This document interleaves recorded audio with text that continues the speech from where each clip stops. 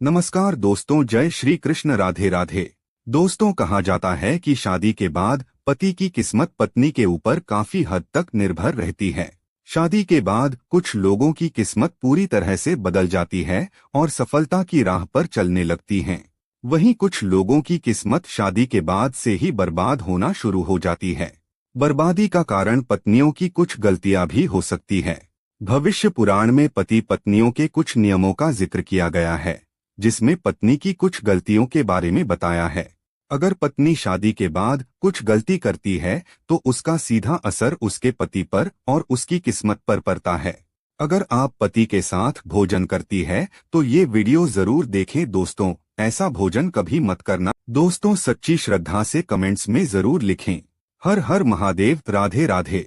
दोस्तों, आपने ये कहावत सुनी होगी कि हर सफल इंसान के पीछे एक औरत का हाथ होता है।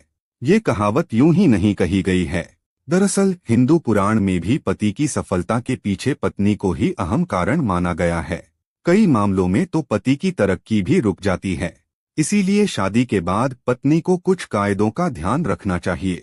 तो चलिए जानते हैं ऐसे नियम कायदों के बारे में जो पत्नी को जरूर पालन करने चाहिए। लेकिन उससे पहले आपसे रिक्वेस्ट है कि अगर आपने हमारे चैनल को अभी तक सब्सक्राइब नहीं किया तो जल्दी से सब्सक्राइब कर लीजिए। दोस्तों, पत्नी की ये 5 गलतियां पति को बर्बाद कर सकती है। पहली गलती, सुबह देर से उठना। कोई भी पत्नी अगर सुबह सूर्योदय के बाद भी बिस्तर पर सोती रहती है तो वहां काफी मात्रा में नकारात्मक ऊर्जा पैदा होती है।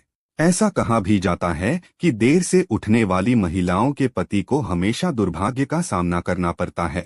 इस ऊर्जा का सिर सीधा पति के भाग्य पर पड़ता है और पूरा दिन बेकार जाता है। इसीलिए पत्नी को हमेशा सूरज निकलने से पहले उठ जाना चाहिए। दूसरी गलती, साफ सफाई ना रखना। जो महिलाएं अपने घर की साफ सफाई नहीं करती तथा जिनके कमरे से बदबू आती है, वहां दरिद्रता को आने में देर नहीं लगती। यथार्थ पति की कमाई पर भी असर होने लगता है। ऐसा माना जाता है कि जो महिला गंदगी रखती है उसके पति का खर्च ज्यादा होता है। इसीलिए पत्नी को घर और कमरे की हमेशा साफ सफाई करनी ही चाहिए। तीसरी गलती, पत्नी का रोज नहाना। जो भी पत्नी या महिला रोज नहीं नहाती हैं या अपने आप को साफ नहीं रखती है, वो महिला नेगेटिव एनर्जी हुई रहती है और इसके इर्द गिर्द नेगेटिव ऊर्जाओं का भी आभास होता है। दोस्तों, ऐसे में पति आलसी हो जाता है और उसे काम में या किसी भी चीज में मन ही नहीं लगता। चौथी गलती, पत्नी का लड़ना और कटु वचन बोलना। अगर महिला अपने पति से हर बात पर लड़ती है या झगड़ती है तो पति का माइंड डाइवर्ट हो जाता है, जिसका असर उसके काम और व्यवहार पर भी दिखता है। पांचवी गलती, खाने में भेदभाव करना। जो कोई भी महिला अपने पति को खुशी मन से या तहे दिल से खाना नहीं खिलाती, उसके पति की बर्बादी वहीं से शुरू हो जाती है। वहीं दोस्तों, भोजन करने से पहले 5 अंक, 2 हाथ, 2 पैर और मुख्य, इनको अच्छी तरह से धोकर ही भोजन करना चाहिए। भोजन से पहले अन्य देवता तथा अन्नपूर्णा माता की करके उनका धन्यवाद करके बोलना चाहिए कि सभी भूखे प्राणियों को भोजन प्राप्त हो और ईश्वर से ऐसी प्रार्थना करने के बाद ही भोजन की शुरुआत करनी चाहिए। भोजन बनाने वाली महिलाओं को स्नान करके ही शुद्ध मन से ही मंत्र जाप करते हुए रसोई घर में प्रवेश करना चाहिए और भोजन बनाना चाहिए। इसी के चलते दोस्तों, सबसे पहले 3 रोटियां, एक गाय के लिए, एक कुत्ते के लिए और एक कौए के लिए अलग निकाल कर रखते हैं और फिर अग्निदेव को भोग लगाकर ही बाकी घर वालों को खाना खिलाएं। दोस्तों, आपको बता दें कि भोजन के नियम में सबसे खास है भोजन करने की दिशा। भोजन पूर्वोत्तर की ओर मुख करके ही करना चाहिए। दक्षिण दिशा की ओर करके किया गया भोजन भूत प्रेतों को प्राप्त होता है। ऐसा करने से घर में प्रेतात्माएं आकर्षित होती है और वहीं पश्चिम दिशा की ओर किया गया भोजन रोगों की वृद्धि करता है। दोस्तों, बिस्तर पर बैठकर, अपने हाथों पर रखकर या टूटे फूटे बर्तनों में भोजन कभी नहीं करना चाहिए। ऐसा करने वाला व्यक्ति नर्क की ओर बढ़ता है। दोस्तों, आपको बता दें कि ऐसे मनुष्य के हाथों द्वारा भोजन कभी नहीं करना चाहिए। कंजूस के द्वारा, वैश्य के हाथ का, शराब बेचने वाले का दिया हुआ भोजन और ब्याज का धंधा करने वाले व्यक्ति का भोजन कतई नहीं करना चाहिए। इससे व्यक्ति को नर्क की यातना भुगतनी पड़ती है। भीष्म पितामह कहते हैं कि भोजन के दौरान थाली में अगर बाल या कंकर आ जाए तो उसे वहीं पर छोड़ देना चाहिए। बाहर लाने के बाद भी खाया जाने वाला भोजन दरिद्रता का सामना करने पर मजबूर कर देता है। थाली को अगर कोई व्यक्ति लांग जाए या ठोकर लग जाए तो ऐसा भोजन दूषित हो जाता है। इसे ग्रहण नहीं करना चाहिए। दोस्तों, भीष्म पितामह ने अर्जुन को बताया कि एक थाली में जब भाई भाई भोजन करें तो वो अमृत के समान हो जाता है। ऐसे भोजन में धन, धान्य, स्वास्थ्य और लक्ष्मी की नदी होती है।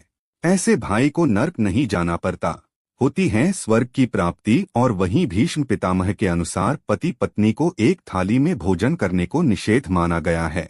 भीष्म पितामह के अनुसार एक ही थाली में पति पत्नी भोजन अगर करते हैं तो ऐसी थाली को मादक पदार्थों से भरी हुई थाली माना गया है।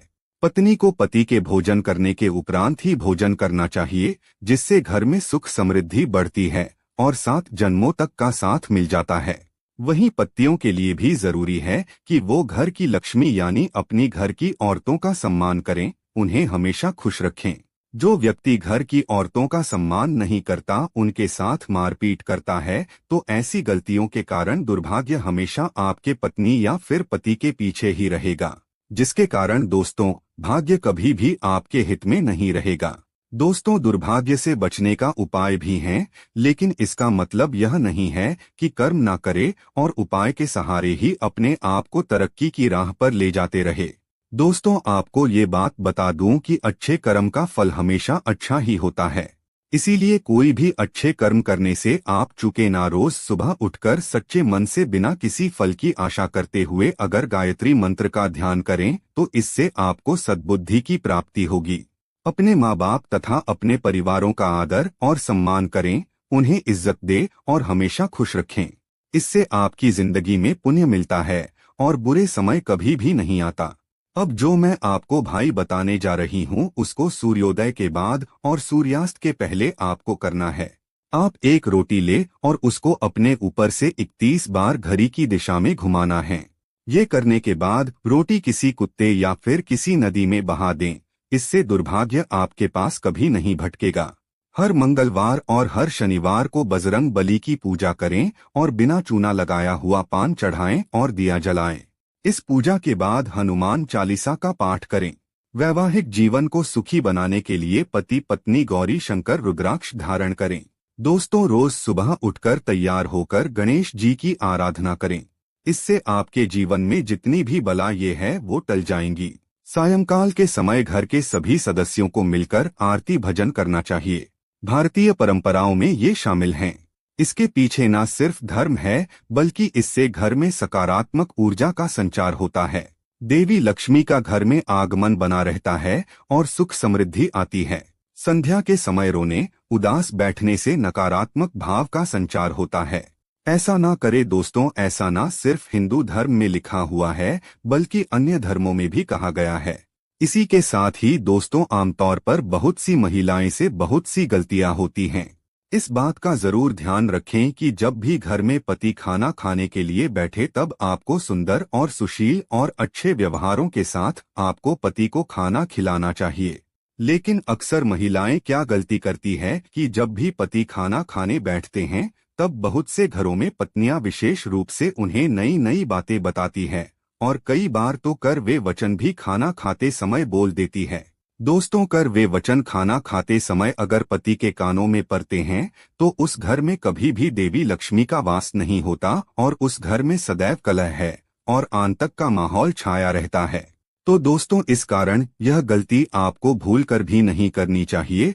तो ये जो कुछ उपाय जिससे आप दुर्भाग्य को सौभाग्य में बदल सकते हैं। साथ ही मैंने ये भी आपको बताया कि कौन सी ऐसी गलती है जो पत्नी अगर करती है तो उसका सीधा असर उसके पति पर पड़ता है।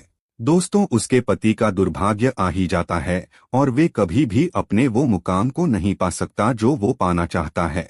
अपनी जिंदगी में वो रिश्तेदारों में सबसे पीछे रह जाएगा, उसे सफलता नहीं मिलेगी। तो दोस्तों, अगर आप भी उन महिलाओं में से एक है जो चाहती है कि उनके पति तरक्की करे, उनके घर में सकारात्मकता का संचार हो, धन का आगमन हो, उनके पति को वो हर मुकाम हासिल हो जो वो पाना चाहते हैं, तो आप इन गलतियों को करने से बचें। कभी भी एक ही थाली में पति पत्नी भोजन ना करें। इससे आपको पता ही है कि आपके घर में नकारात्मक ऊर्जा का संचार होगा, घर में दरिद्रता आएगी।